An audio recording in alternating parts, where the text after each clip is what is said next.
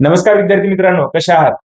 MST CET मध्ये कधी तुम्ही असा प्रश्न बघितलाय की ज्याच्यामध्ये तुम्हाला एक वेगळी कॉन्सन्ट्रेशन टर्म देऊन दुसऱ्या कॉन्सन्ट्रेशन टर्मची व्हॅल्यू विचारलेली असेल, जसं की उदाहरणार्थ मोलॅलिटी दिलेली असेल आणि मोलॅरिटी विचारली असेल किंवा पर्सेंटेज दिलेला असेल आणि तुम्हाला मोलॅलिटी विचारली असेल किंवा मोल फ्रॅक्शन देऊन तुम्हाला मोलॅलिटी विचारली असेल.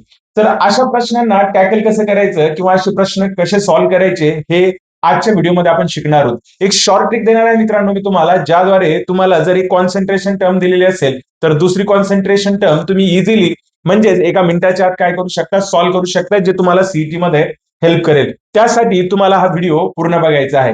तर बघूया कोणकोणत्या कॉन्सन्ट्रेशन टर्म असतात हे अगोदर आपण समजून घेऊया. तर सोल्युशनला एक्सप्रेस करण्याच्या ज्या काही कॉन्सन्ट्रेशन टर्म आहेत स्टुडंट, त्या कॉन्सन्ट्रेशन टर्म आहेत पर्सेंटेज सोल्युशन, मोलॅरिटी, मोलॅलिटी, नॉर्मॅलिटी आणि मोल फ्रॅक्शन. बरोबर आहे. आणि यावर मी व्हिडिओ सुद्धा बनवलेले आहेत. यामध्ये पर्सेंटेज सोल्युशन तीन प्रकारे आपण बघतो. बरोबर आहे की नाही? पर्सेंटेज वेट बाय वेट आपण बघतो. बरोबर की नाही? पर्सेंटेज व्हॉल्यूम बाय व्हॉल्यूम आपण बघतो आणि पर्सेंटेज वेट अपॉन व्हॉल्यूम बघतो. तर जनरली व्हॉल्यूम बाय व्हॉल्यूम जे आहे, मी तुम्हाला अगोदर पण सांगितलंय, त्या व्हिडिओमध्ये पण सांगितलंय की जनरली ही टर्म आपण आयडियल सोल्युशनच्या बाबतीतच युज करतो. मग आपल्याला काय करायचं आहे की जर पर्सेंटेज आपल्याला वेट बाय वेट दिलं असेल म्हणजे मास पर्सेंटेज दिलं असेल किंवा वेट बाय व्हॉल्यूम हे पर्सेंटेज आपल्याला दिलेलं असेल तर त्याचं कन्व्हर्जन आपण मोलॅरिटी मध्ये सुद्धा करू शकतो, मोलॅलिटी मध्ये सुद्धा करू शकतो, नॉर्मॅलिटी मध्ये सुद्धा करू शकतो आणि मोल फ्रॅक्शन दिलेलं असेल तर आपण कसं त्याला मोलॅलिटी आणि मोलॅरिटी मध्ये कन्व्हर्ट करू शकतो ते आपल्याला बघायचं आहे. तर व्हिडिओ शेवटपर्यंत बघा मित्रांनो.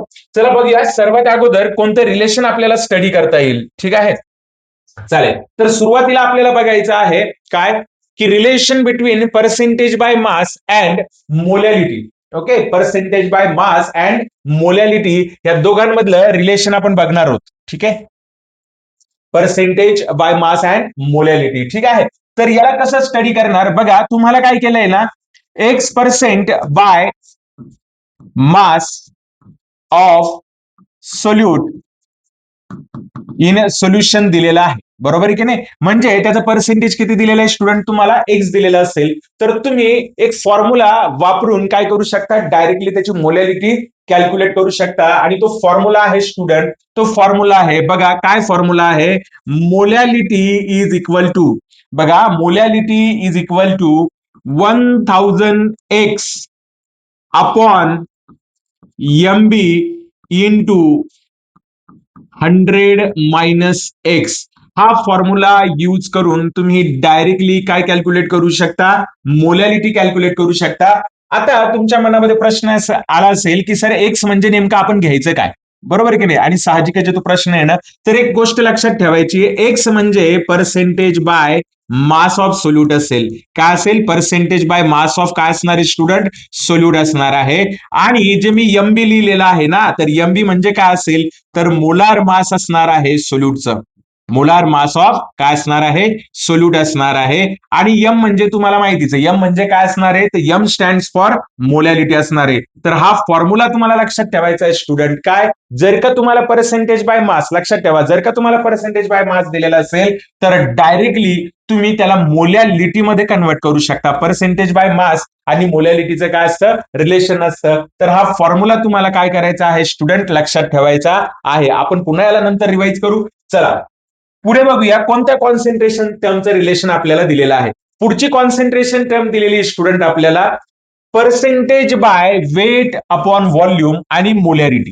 काय? Percentage by weight upon volume आणि काय दिलेलं आहे तुम्हाला? मोलॅरिटी दिलेला आहे. खूप सिंपलचा फॅक्टर आहे स्टुडंट आणि खूप सिंपल फॉर्म्युला आहे याच्यासाठी.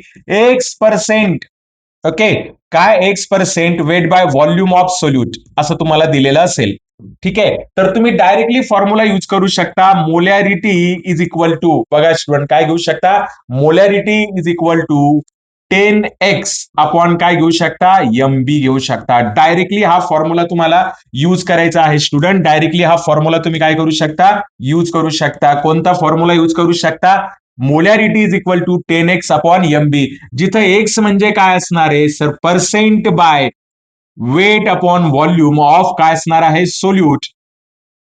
आणि एमबी म्हणजे काय असणार आहे? तर एमबी म्हणजे असणार आहे मोलार मास ऑफ सोल्यूट असणार आहे. Molar mass of solute. Directly हा फॉर्म्युला यूज करून तुम्ही मोलॅरिटी मध्ये त्याला काय करू शकता स्टुडंट, कन्वर्ट करू शकता. होप तुमच्या हे लक्षात आलेलं असेल. पण एक लक्षात घ्या, मोलॅरिटी पर्सेंटेज बाय मास आणि molarity percentage mass by volume हे मात्र लक्षात ठेवायचं आहे. आपल्याला हे कळायला पाहिजे की कोणता फॉर्म्युला कुठे यूज करायचा आहे, कोणती कॉन्सन्ट्रेशन टर्म आपल्याला काढायची आणि काय आपल्याला दिलेलं आहे. बरोबर आहे की नाही? चला पुढे जाऊया आपण. आता आपल्याला बघायचं आहे relation between molarity and molarity. Molarity and molarity याच्यात एक महत्वाचा फॅक्ट सगळ्यांनी लक्षात ठेवायचा आहे स्टुडंट. महत्वाचा फॅक्ट काय माहितीये का? Density must given. Density must given. तुम्हाला काय दिलेली असली पाहिजे? डेन्सिटी दिलेली असली पाहिजे. तर तुम्ही मोलॅरिटी आणि मोलॅरिटी मध्ये काय करू शकता? रिलेशन इस्टॅब्लिश करू शकता. आणि मोलॅरिटी दिलेली असेल तर तुम्ही मोलॅरिटी कॅल्क्युलेट करू शकता. मोलॅरिटी दिलेली असेल तर मोलॅरिटी सुद्धा कॅल्क्युलेट करू शकता. पण त्यासाठी एक महत्वाची टर्म आपल्याला माहिती असणं गरजेचे आहे आणि ती म्हणजे कोणती आहे? डेन्सिटी. ओके, चालेल. आता आपण काय करूया? फॉर्म्युला समजून घेण्याचा प्रयत्न करूया. काय असणार आहे फॉर्म्युला बघा. 1/m is equal to d upon capital M minus mb upon 1000. हा फॉर्म्युला तुम्हाला लक्षात ठेवायचा आहे स्टुडंट. हा फॉर्म्युला तुम्हाला विसरायचा नाहीये. ठीक आहे. आणि आता ह्या फॉर्म्युल्यामध्ये नेमकं आपल्याला काय सांगितलं? हा फॉर्म्युला विसरूच नका तुम्ही. ठीक आहे. 1/m small m D upon capital M minus M B upon 1000. म्हणजे याचा अर्थ काय? तर हा जो स्मॉल एम मी दिलाय याला म्हणतात मोलॅलिटी. याला काय म्हणतात स्टुडंट? मोलॅरिटी म्हणतात. जे कॅपिटल एम दिलेला आहे याला मोलॅरिटी म्हणतात. याला काय म्हणतात? मोलॅरिटी. स्मॉल डी जे तुम्हाला दिलेला आहे याला म्हणतात density. It is called as density. Capital M B जे आपल्याला दिलेला आहे त्याला म्हणतात मोलार मास ऑफ सोल्यूट. लक्षात ठेवा, मोलार मास ऑफ काय असणारे? सोल्यूट असणारे. काय असणारे? Molar mass of solute. तर हा फॉर्म्युला तुम्हाला लक्षात ठेवायचा आहे. आणि मी इथं वर लिहिलेलं डेन्सिटी मस्ट गिवन. डेन्सिटी दिलेली पाहिजे. जर डेन्सिटी दिलेली नसेल तर ही रिलेशन आपल्याला इस्टॅब्लिश करता येणार नाही. असं कधी होत नाही.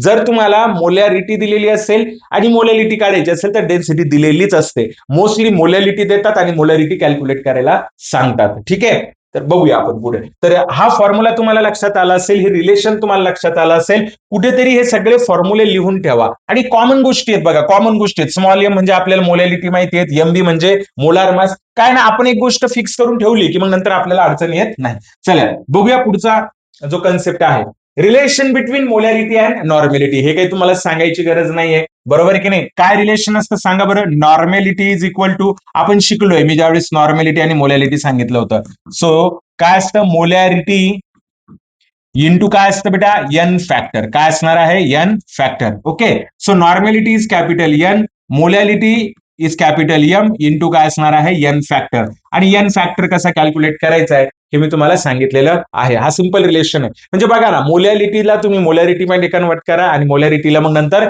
नॉर्मॅलिटी मध्ये सुद्धा तुम्ही कन्वर्ट करू शकता. आणि आता एक शेवटचा फॉर्म्युला आपल्याला बघायचा आहे जो ज्याच्यावर प्रश्न फार वेळा विचारलेले आहेत आपल्याला. ठीक आहे. आणि तो आहे मोल fraction and molality of solution. You know that mole fraction is denoted by x and molality is denoted by small m. Molality is denoted by small M. कोणतंही सोल्यूटचं जरी आपल्याला मोल फ्रॅक्शन दिले असेल तरी चालतं, सॉल्व्हंटचं दिलं असेल तरी चालतं. पण सॉल्व्हंट कोणता आहे आणि त्याच्या बाबतीत काय आपल्याला माहिती असावं हे आता आपण ह्या फॉर्म्युलेमध्ये बघून घेऊया. ठीक आहे, चालेल. सो फॉर्म्युला बघूया आपण. काय फॉर्म्युला आहे जो की आपल्याला मोल फ्रॅक्शन मध्ये आणि मोलॅलिटी मध्ये रिलेशन दाखवतोय. So small M is equal to X B, okay, into 1000 divided by 1 minus X B, okay, into into M A. काय देत आहे इथं? एम ए देत आहे. ठीक आहे. किंवा या फॉर्म्युल्याला मी असंही लिहू शकतो student, M is equal to X B into 1000 upon X A into काय लिहू शकतो? एम ए पण लिहू शकतो. आणि आपल्याला सर्वांना माहिती आहे की X A plus X B is equal to 1 असल्यामुळे एक्स ची व्हॅल्यू मी 1 मायनस एक्स बी पण लिहू शकतो. एक्स ए लक्षात ठेवा, एक्स ए म्हणजेच काय असतं? 1 मायनस काय असतं? एक्स बी मी लिहू शकतो. बरोबर की नाही? ठीक आहे. आणि जर मला एक्स बी दिलेला नसेल तर तोही मला कॅल्क्युलेट करता येतो 1 मायनस एक्स ए ना. हे समजून घ्यायचं आहे आपल्याला. बरोबर आहे की नाही? मग आता हे जे दोन फॉर्म्युले आपल्याला दिलेले आहेत विद्यार्थी मित्रांनो, त्या दोन फॉर्म्युल्यामध्ये काय काय सांगितलंय आपल्याला, तर त्याला समजून घेण्याचा आपण प्रयत्न करूया. बघा इथे जे स्मॉल एम तुम्हाला दिलंय, स्मॉल एम काय रिप्रेझेंट करताय, तर स्मॉल एम काय रिप्रेझेंट करताय, मोलॅलिटी रिप्रेझेंट करताय. एक्स बी काय रिप्रेझेंट करताय, तर मोल फ्रॅक्शन ऑफ सोल्यूट, काय मोल फ्रॅक्शन ऑफ सोल्यूट असणार आहे. बरोबर आहे की नाही, हे लक्षात ठेवा, हे सिक्वेन्स चुकली नाही पाहिजे. एक्स हे काय असणार आहे, मोल फ्रॅक्शन ऑफ काय असणार आहे, सॉल्व्हेंट. आणि एमए म्हणजे काय असणार आहे, तर मोलार मास ऑफ सॉल्व्हेंट असणार आहे. मी तेच बोललो होतो की आपल्याला सॉल्व्हेंटच्या बाबतीत एक गोष्ट माहिती असणं गरजेची, molar mass. Okay, molar mass of काय असणार आहे, सॉल्व्हेंट असणार आहे. तर हा फॉर्म्युला आपल्याला काय करायचा आहे, लक्षात ठेवायचा आहे. तर आपण ह्या सगळ्या ज्या कॉन्सन्ट्रेशन टर्म आहेत ह्या बघितलेल्या आहेत बघा. आणि प्रत्येकाचं रिलेशन आपण बघतोय, पर्सेंटेज बाय मासचं रिलेशन कोणासोबत आहे, मोलॅलिटी सोबत, त्याचा फॉर्म्युला मी दिलाय. त्यानंतर आपण बघितलंय की पर्सेंटेज बाय मास आपण व्हॉल्यूम आपण बघितलंय, त्याचं मोलॅरिटीशी रिलेशन आहे. त्याच्यानंतर मोलॅलिटी आणि मोलॅरिटीचं पण रिलेशन आहे, खूप महत्वाचं रिलेशन आहे. याच्यावर प्रश्न विचारले गेले भरपूर वेळा, जर तुम्ही पीवायक्यू चेक केले तर तुमच्या लक्षात येईल. त्यानंतर रिलेशन बिटवीन मोलॅरिटी आणि नॉर्मॅलिटी आपण बघितलं एन फॅक्टरनं, आणि आता आपण यांचं रिलेशन काय केलंय, स्टडी केलंय. चला यावरचे प्रश्न सॉल्व्ह करण्याचा आपण काय करू, प्रयत्न करू. ठीक आहे, प्रश्न आहेत एमसीक्यूच्याच फॉर्म मध्ये होते, परंतु मी त्याला नॉर्मली काय केलंय का क्वेश्चन मध्ये कन्वर्ट केलंय. सो लेट अस सी, बघूया आपण. Okay, okay. हा, आता कंपॅरिझन, क्विक कंपॅरिझन जर आपल्याला करायचं असेल तर हे एकदा समजून घ्यायचंय. तुम्ही काय सांगितलंय बघा, पर्सेंटेज बेस्ड अपॉन मास व्हॉल्यूम रेशो. ओके, हे आपल्याला जर असेल दिलेलं, मास बाय मास पण असू शकतं. Capital M based upon volume म्हणजे मोलॅरिटी. ओके, स्मॉल एम म्हणजे molality based upon mass of solvent. N normality based upon equivalent, आणि X based upon mole ratio. हे आपण बघितलंय. चला पुढचा प्रॉब्लेम बघूया आपण. आपल्याला काय करायचं बघा, find the molality of solution if mole fraction of solute in benzene is 0.2. एक गोष्ट लक्षात ठेवायची आहे, इथं आपल्याला हे समजून घेणं गरजेचं आहे की सॉल्व्हेंट कोण आहे. ठीक आहे, बऱ्याच वेळा आपण ट्रॅप होऊन जातो, आपल्या लक्षात येत नाही, आपल्याला वॉटर घेण्याची सवय लागलेली. इथं सॉल्व्हेंट कोण आहे बेटा, इथं सॉल्व्हेंट कोण आहे, इथं सॉल्व्हेंट बेन्झिन आहे. आणि बेन्झिनचा फॉर्म्युला काय असतो, C6H6. आणि बेन्झिनचं जे मोलार मास आहे ते किती असणार आहे, 78. आणि इथं बऱ्याच वेळा आपण चुकतो बरं का. ठीक आहे, आपल्याला वॉटर घ्यायची सवय लागलेली, सॉल्व्हेंट म्हणजे बेन्झिन हा सोल्यूट नाही, इथं सॉल्व्हेंट आहे. बरोबर आहे की नाही, ठीक आहे. चालेल, आता काय काय डेटा आपल्याला दिलेला आहे बघा. मोल फ्रॅक्शन ऑफ सोल्यूट आपल्याला दिलेला आहे, म्हणजेच काय दिलेलं आहे आपल्याला, एक्स बी दिलेला आहे. किती दिलेला आहे, 0.2. तो डेफिनेटली एक्स सी किती येणार आहे, 0.8. 1 मायनस एक्स बी आपण घेतो. बरोबर की नाही. आणि मोलार मास पण आपल्याकडे आहे, मोलार मास आपल्याला किती दिलेला आहे, 78 दिलेला आहे. चालेल, मोलॅलिटीचा फॉर्म्युला काय दिलेला आहे आपल्याला, तर मोलॅलिटी इज इक्वल टू काय असणार आहे, molality is equal to x बे into 1000 upon X A into काय असणार आहे, मोलार मास ऑफ ए.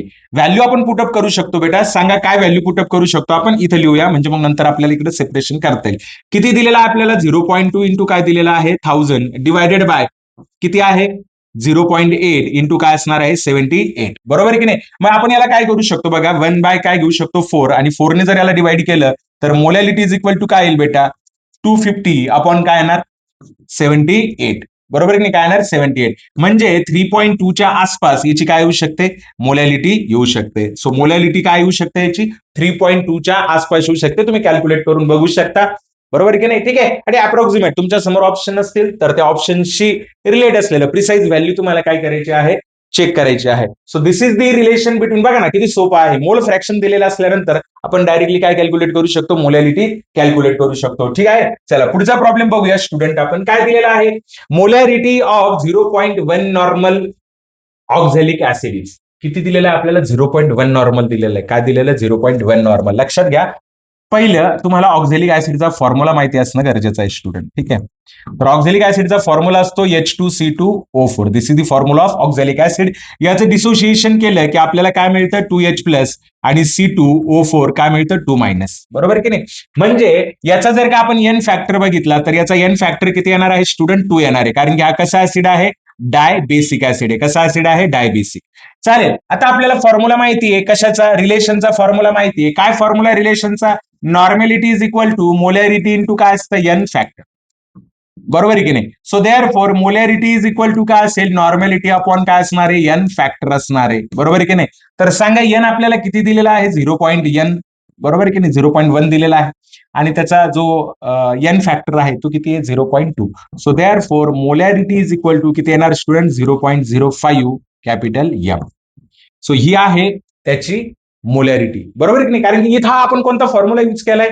नॉर्मॅलिटी आणि मोलॅरिटीचं रिलेशन आपण काय केलं इथं इस्टॅब्लिश केलेलं होतं, बरोबर की नाही? चालेल, पुढचा प्रॉब्लेम बघूया आपण. थोडासा थोडासा डिफिकल्ट प्रॉब्लेम आहे किंवा थोडासा लेंदी प्रॉब्लेम आपण म्हणू शकतो, थोडासा टॅकल करणारा प्रॉब्लेम आहे. तुम्ही बघू शकता आपल्याला काय दिलेलं आहे. The density of a solution prepared by dissolving 1.20 gram of urea having molar mass किती दिलेला आपल्याला 60,000 gram of water is 1.15 gram per ml. The molarity of this solution is. तर ह्या सोल्युशनची मोलॅरिटी काय असेल? याला स्टेप बाय स्टेप आपण सॉल्व्ह करणार आहोत. व्यवस्थित लक्ष द्यायचं स्टुडंट, स्टेप बाय स्टेप आपण जाणार आहोत. ठीक आहे, चालेल.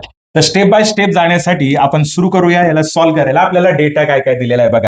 डेटा काय दिलेला आहे, मी डेटा इथं ह्या बाजूला लिहून घेतोय. आपल्याला मास दिलेलं आहे बघा युरियाचं. युरियाचं काय दिलेलं आहे? मास. बघू शकता तुम्ही, युरियाचं मास आपल्याला किती दिलेलं आहे?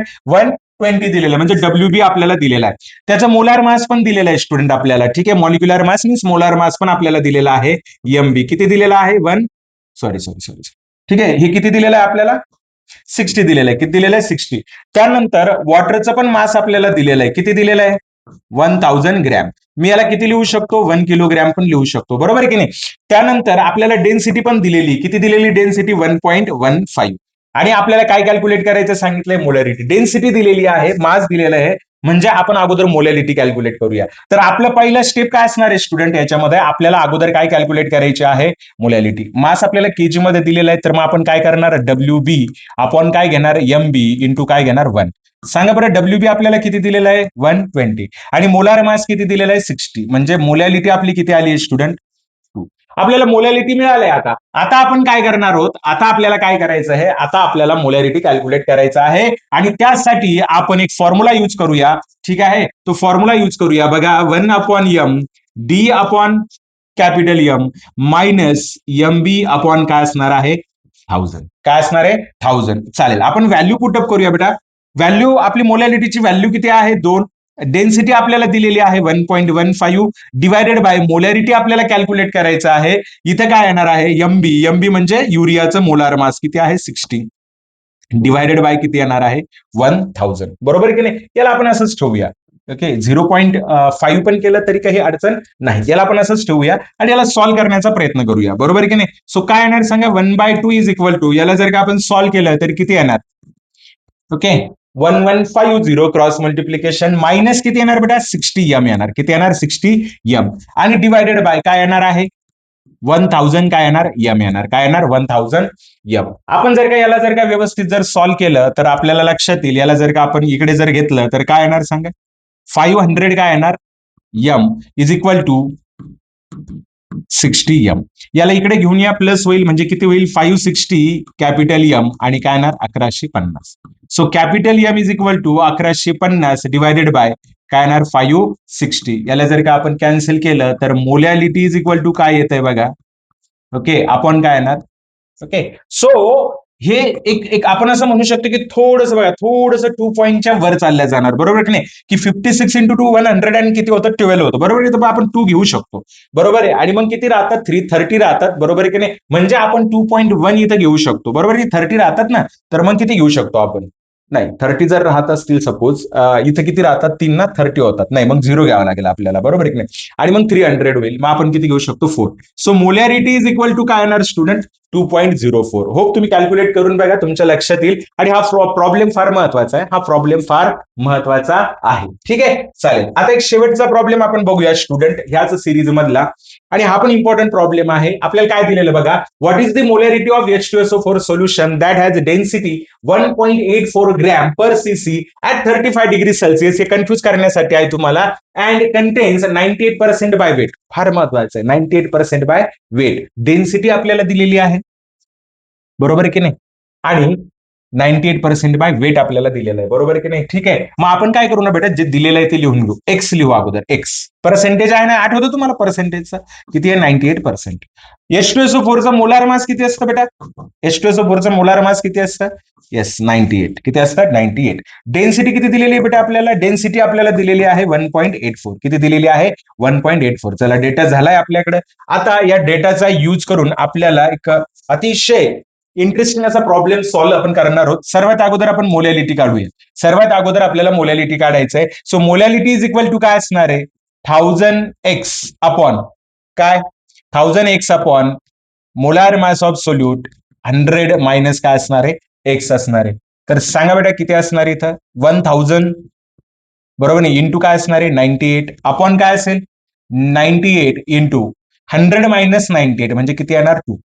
मग मला सांगा मोलॅरिटी जी आहे सॉरी मोलॅलिटी जी आहे स्मॉल एम किती आली आपली किती आली बेटा मोलॅलिटी जी आहे ते आपण किती लिहू शकतो इथं त्याला थोडंसं इरेज करू आपण थोडं लक्षात येत नाही तुमच्या चालेल ओके हा किती आहे इथं सांगा मोलॅलिटी किती असणार आहे 500. सो मोलॅलिटी मिळाली बेटा आता आपल्याला काय करायचंय पुढचा इक्वेशन यूज करायचं आपल्याला काय कॅल्क्युलेट करायचंय आता आता आपल्याला कॅल्क्युलेट करायचं आहे मोलॅरिटी सो 1 अपॉन एम काय येणार इथं D upon capital M minus M B upon काय असणार आहे 1000. सो 1 अपॉन किती येणार बेटा इथं 500 इज इक्वल टू डी किती दिलेलं आहे 1.84 डिवायडेड बाय मोलॅरिटी आपल्याला कॅल्क्युलेट करायचं आहे 98 अपॉन किती येणार आहे बरोबर सो काय येणार इथं 1 अपॉन 500 इज इक्वल टू काय येणार 1480 मायनस 98 एम डिवायडेड बाय काय येणार बेटा 1000 एम इकडे जर घेतलं तर 2 एम इज इक्वल टू काय येणार सांगा मायनस किती येणार 98 एम बरोबर याला इकडे घेऊन या 98 इकडे आल्यानंतर प्लस होईल काय येणार बरोबर आहे so M is equal to काय येणार बेटा 840 अपॉन काय येणार 100 so molarity is equal to काय येणार 18 पॉईंट किती येणार 40 किती येणार 18.40 आहे का याच्यामध्ये 18.40 yes this is our answer हे आपलं काय असेल उत्तर असेल होप स्टुडंट हा प्रॉब्लेम तुम्हाला समजला असेल आणि असेच प्रॉब्लेम मराठीतून समजण्यासाठी सर्वात मोठा इश्यू केमिस्ट्री शिकण्यामध्ये ना लँग्वेजचा येतोय आपल्यापर्यंत ती कन्सेप्टच पोहोचत नाही त्या कन्सेप्टच्या पाठीमागचा हेतू आपल्यापर्यंत पोहोचत नाही ना म्हणून आपल्याला केमिस्ट्री समजायला अवघड जाते मी प्रयत्न करतोय बेटा की तुम्हाला मराठीमध्ये केमिस्ट्री चांगल्या पद्धतीने मी शिकवण्याचा प्रयत्न करेल आपल्याला उत्तर भलेही इंग्रजीत लिहायचे असतील परंतु त्या पाठीमागचा कन्सेप्ट आपल्याला समजणं फार गरजेचं आहे आपण त्याच्या ज्या टर्म्स आहेत ते इंग्रजीतूनच बघणार आहोत पण ते समजावून घ्यायचे आहेत आपल्याला मराठीतनं त्याचं एक्सप्लेनेशन जे आहे ते मी मराठीतनं देण्याचा प्रयत्न करणार आहे आज जे टर्म्स मी तुम्हाला शिकवलंय जे रिलेशन मी तुम्हाला शिकवलंय होप तुम्हाला याची खूप सारी मदत होईल आणि अशाच छान छान कन्सेप्ट असे छान छान न्यूमेरिकल जर तुम्हाला मराठीतून समजून घ्यायचे असतील सीईटी मध्ये चांगला स्कोर करायचा असेल बोर्डात चांगला स्कोर करायचा असेल तर माझ्या चॅनलला सबस्क्राईब करा माझ्या चॅनलचं नाव आहे आर एस केमिस्ट्री सोल्युशन जे एमएसटी सीईटी केमिस्ट्री विषय जो आहे तो मराठीतून शिकवते मराठीतून एक्सप्लेन करते हा व्हिडिओ लाईक करा शेअर करा आणि आपण भेटूया पुढच्या व्हिडिओमध्ये बाय बाय